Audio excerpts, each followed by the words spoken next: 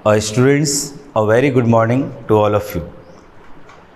आज YouTube channel apex classes पर 11th का पहला लेक्चर फिजिक्स का मैं ले रहा हूँ और स्टूडेंट्स इस लेक्चर का एक ही पर्पस है, एकमात्र पर्पस ये है कि आपको फिजिक्स को आपके आसपास होने का अनुभव करा देना।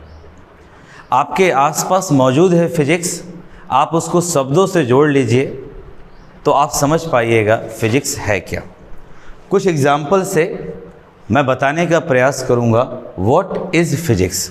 और यकीन मानना, अगर आपने ये 5-7 मिनट हमें ध्यान से सुन लिया या 10 मिनट सुन लिया, आपको कभी फिजिक्स का डेफिनेशन रटना नहीं पड़ेगा। पर्सनली स्टूडेंट्स, मेरा मानना है एक छोटा सा बच्चा या 4 महीने का बच्चा या पढ़ा लिखा व्यक्ति या अनपढ़ व्यक्ति सब फिजिक्स जानते हैं, सबको फिजिक्स का नॉलेज है।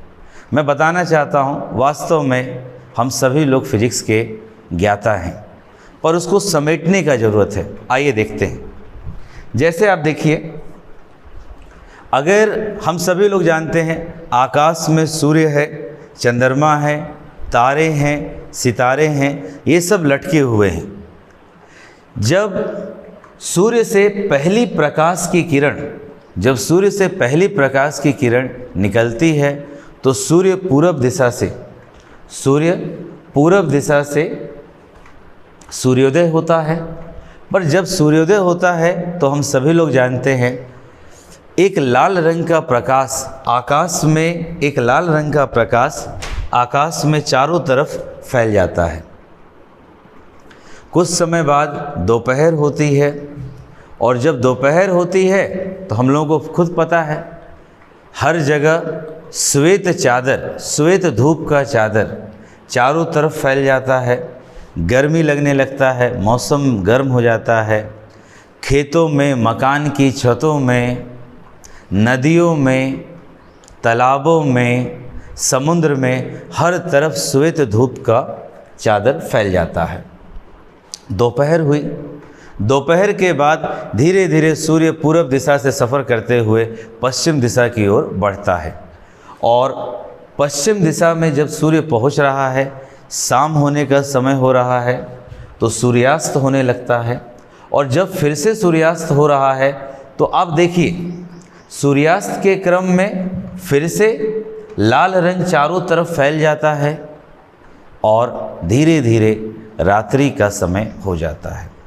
ये सभी बातें तो हम सभी लोग जानते हैं, पर जैसे ही रात्रि का समय होता है हम क्या देखते हैं? हम देखते हैं मौसम ठंडा होने लगा, गर्मी कुछ कम होने लगी। रात में चारों तरफ आकाश में तारे टिमटिमाने लगे, मानो आकाश का श्रृंगार इन तारों ने बिंदियों के रूप में कर दिया हो। चंद्रमा दिखाई देता है। सब कुछ एक नियम के अंतर्गत होता है। मैं बताना चाहता हूँ आकाश के ये सभी घटनाएं, सूर्य का निकलना, सूर्य का अस्त होना, तारों का निकलना, रात्रि में चंद्रमा का दिखना, ये सभी किसी न किसी नियम के अंतर्गत ही तो हो रहा है। आखिर क्या कभी ऐसा आपने देखा कि सूरज कह दे कि मैं पूरब से नहीं पश्चिम से निकलूंगा? रात में चंद्रमा ना निकले या तारे ना दिखाई दें, रात में ठंडक ना हो? यानी ये सभी घटनाएं किसी न किसी नियमों के अंतर्गत हो रही हैं। और वास्तव में स्टूडेंट्स, हमारा फिजिक्स यही तो है। प्रकृति में घटित होने वाली घटनाओं का अध्ययन, उनके बारे में ज्ञान प्राप्त करना, उनके बारे में संबंध प्राप्त करना, उनके बारे में जानना ही तो फिजिक्स है। अब देखो, एक छोटा बच्चा भी फिजिक्स जानता है। कैसे? या आप और एग्जाम्पल देख लीजिए। जैसे पेड़ से सेब गिर रहा है, क्या सेब को कोई कह रहा है कि तुमको नीचे गिरना है? किसी न किसी नियम को तो फॉलो ये कर रहा है। क्या कभी ऐसा हुआ है कि पेड़ से सेब गिरे, वो बोले कि मैं नीचे नहीं गिरूंगा, मैं आकाश में उड़ने लगूंगा? नहीं हुआ। मतलब सेब गिर रहा है, वो नीचे गिरेगा, वो किसी नियम का पालन कर रहा है। कौन इनसे इन नियमों का पालन करा रहा है? इन्हीं बातों के बारे में जानना, इन्हीं नियमों के बारे में जानना फिजिक्स है।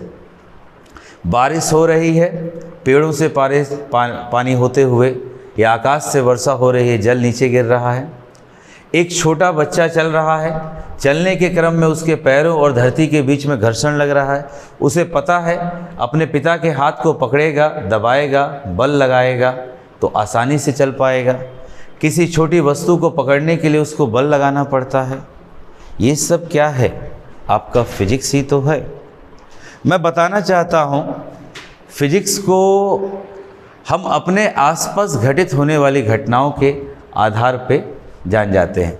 जब हम अपने हाथों को रगड़ेंगे तो हाथों को रगड़ने पर स्टूडेंट ऊष्मा ही तो उत्पन्न होगा। क्या कभी ऐसा होगा कि हाथ बोले कि ऊष्मा ना हो? यानी ऊष्मा उत्पन्न हो रहा है, किसी न किसी नियम से उत्पन्न हो रहा है। सेम इसी प्रकार अगर हम फुटबॉल को किक मारेंगे, फुटबॉल आगे जाएगी। सेम इसी प्रकार अगर हम गैस के ऊपर जल को गर्म करेंगे तो जल का वाष्पित होना, इन सभी घटनाओं का होना, ये प्रकृति में जो घटनाएं घटित हो रही हैं, यही घटनाओं का अध्ययन ही क्या है? हमारा फिजिक्स है। जैसे स्टूडेंट्स देखिए, हम सभी लोग क्रिकेट खेल के बारे में जानते हैं, पर सवाल ये उठता है, क्या उसको जानने के लिए हमने किताबों में उसके नियमों को पढ़ा है? नहीं पढ़ा, देख देख कर अनुभव हो गया। फिजिक्स भी तो वही है। जैसे क्रिकेट के बारे में हमें पता है, बॉलर बॉलिंग करेगा, बैट्समैन बैटिंग करेगा। हम देख रहे हैं क्रिकेट के खेल को। अगर बैट्समैन ने बॉल को मारा, बॉल बाउंड्री के पार चली गई, तो हमें पता चल गया, एम्पायर ने इस तरह से हाथ हिला दिया तो मक्की 4 रन है। अगर बॉल हवा में बाउंड्री के पार चली गई तो हमें पता चल गया 6 रन। क्या हमने इसको जानने के लिए किसी नियम को पढ़ा है? बिना नियमों के, सिर्फ अनुभव के, देख देख कर हम क्रिकेट के बारे में सारी बातें जानते जा रहे हैं। कुछ नया होगा। यदि हम लगातार क्रिकेट देख रहे हैं, एक दिन हमारे सामने आया कि एम्पायर ने LBW दे दिया, तो हमारे अंदर इच्छा होगी कि LBW कैसे आउट हो गया, कोई नया नियम। ऐसे ही प्रकृति है। प्रकृति में हर दिन कोई ना कोई नया घटना हो रहा है। हर व्यक्ति उस घटनाओं को अपने हिसाब से अनुभव कर रहा है, उन नियमों को जानने की कोशिश कर रहा है। उन नियमों के बारे में जानना ही आपका भौतिकी है। अर्थात भौतिकी क्या है?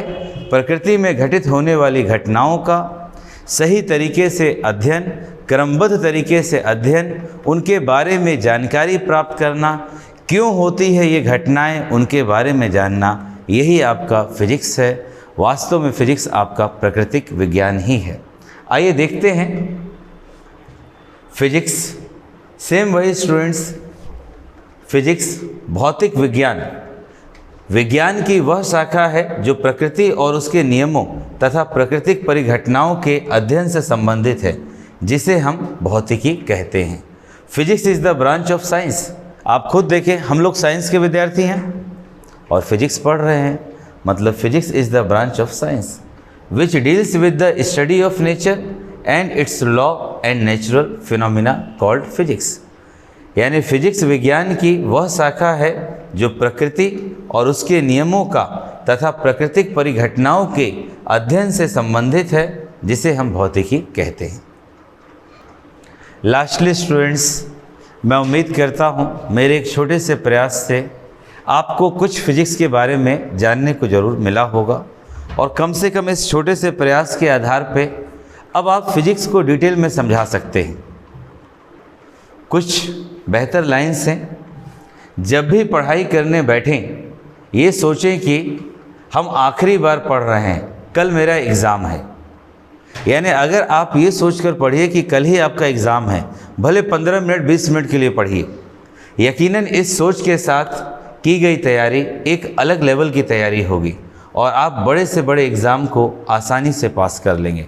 यानी आप अपने अंदर वो फीलिंग लाइए कि आपका हर दिन कोई ना कोई एग्ज़ाम है और अपना बेस्ट परफॉर्मेंस देने का प्रयास कीजिए। डेफिनेटली आप सक्सेस होइएगा। Thank you students.